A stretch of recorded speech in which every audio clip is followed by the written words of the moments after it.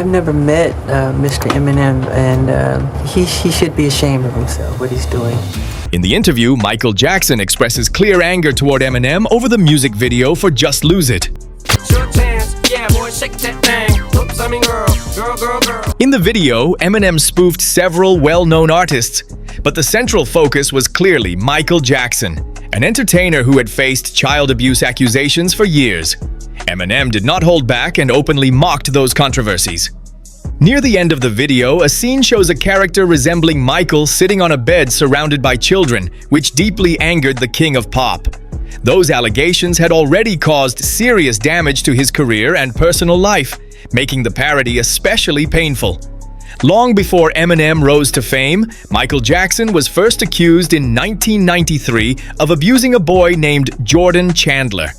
The boy's family alleged that inappropriate behavior had taken place, which led to an official investigation and immediate media frenzy. Jackson later delivered an emotional public statement denying the claims, saying he was being targeted and that he had never harmed a child. He argued that the situation was driven by attempts to extort money and pressure him. The case eventually ended with a settlement, and the civil lawsuit was closed. Another major controversy followed in 2003 involving a teenager named Gavin Arizo and his family. This time, an arrest warrant was issued, and Michael voluntarily surrendered to authorities. The situation became a worldwide spectacle, with every aspect of his life placed under intense scrutiny. Prosecutors argued that he had misused his fame and influence, while the defense maintained that the accusations were financially motivated. As Michael Jackson was battling these legal challenges, Eminem had already taken over the charts, releasing music that aggressively mocked the industry and its biggest figures. My name is what? My name is Now this looks like up top of me, so everybody just follow me, 'cause we need a little controversy. Picture this. You're at an Eminem concert. Without Me is blasting, the crowd is losing it. Everyone's jumping, the energy is off of the charts. One wrong step and instead of a great memory, you're walking out hurt. That's where Morgan and Morgan comes into play. There's a reason music commentators catch every small detail in a song, just like there's a reason Morgan and Morgan is known as America's largest injury law firm. With more than 1,000 attorneys across hundreds of offices nationwide, they know how to fight for the compensation their clients deserve. They've been standing up for people for over 35 years and have recovered more than $30 billion. Not all law firms are the same. Choose the wrong one and you could lose before the case even starts. If you were injured because of someone else's negligence, having the right team matters. Now, back to the tension between Eminem and Michael Jackson, because the rapper was taking shots at Michael even before Just Lose It. At one point, the king of pop stepped onto a hotel balcony and held his 9-month-old son Prince over the railing in front of fans below. The moment sparked heavy backlash and widespread criticism. Michael later explained that he was holding his child securely and only wanted to show him to the fans. A few months later, Eminem recreated the incident in his own way. When fans gathered outside his hotel, he appeared on the balcony holding a toy doll meant to represent a baby and dramatically dangled it in front of the crowd, clearly mocking and mirroring the moment that had followed Michael for years. Chicks dangling, a baby tangled in a blanket strangling him, hanging him over the railing by the ankles on some gangster. Michael Jackson chose not to respond to that incident at all, and Eminem took the silence as an opening to push things even further. Not long after, he released Just Lose It, the video that would end up completely infuriating the king of pop.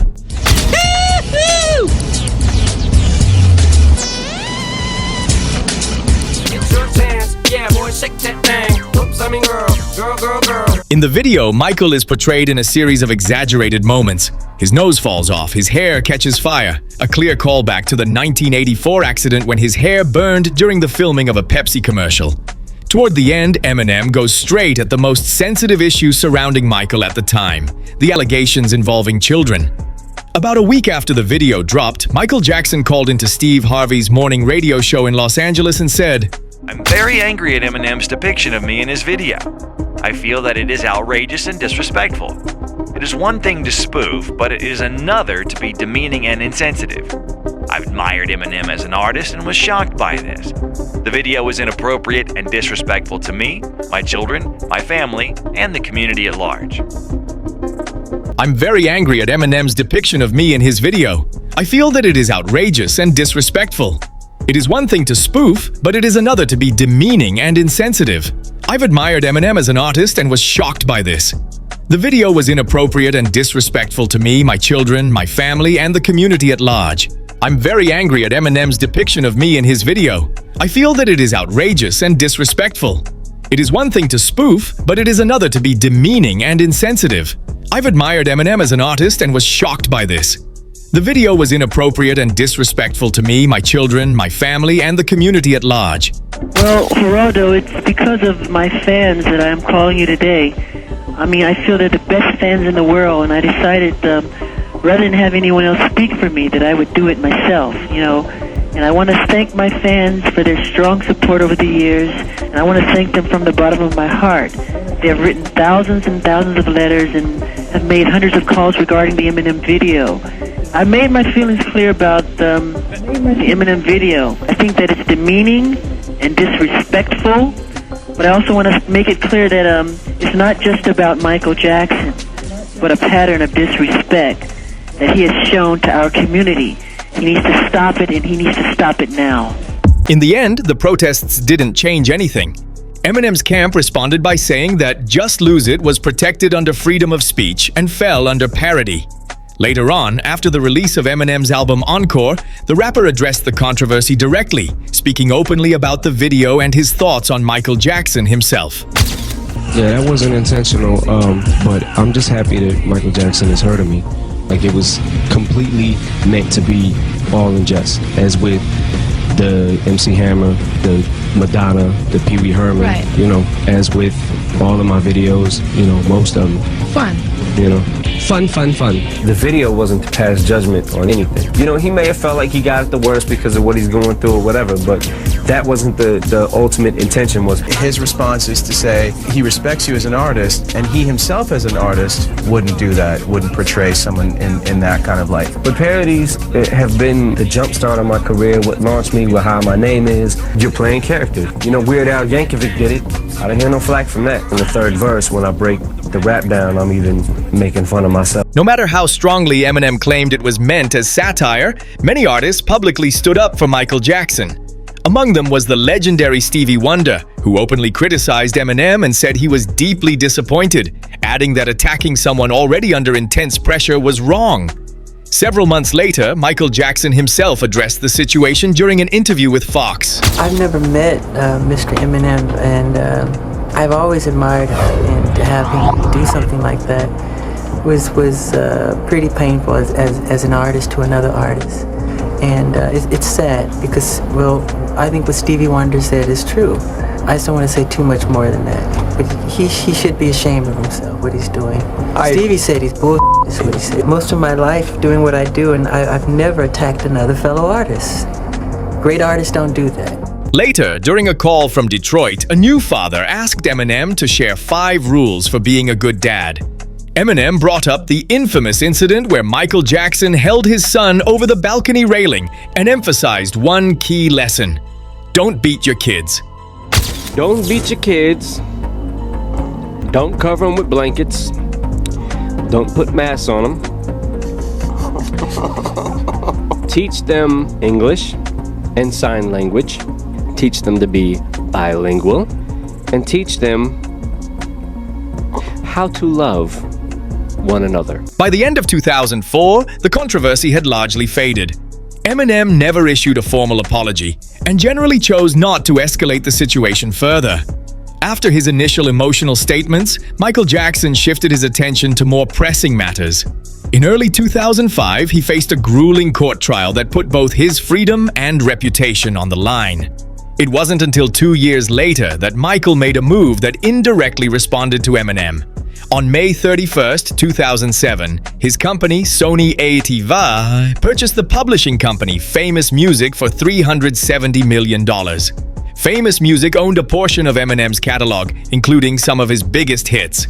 Reports noted that Michael Jackson now controlled rights to part of Eminem's songs, though not his entire catalog, as some believed, including tracks like Without Me and The Real Slim Shady.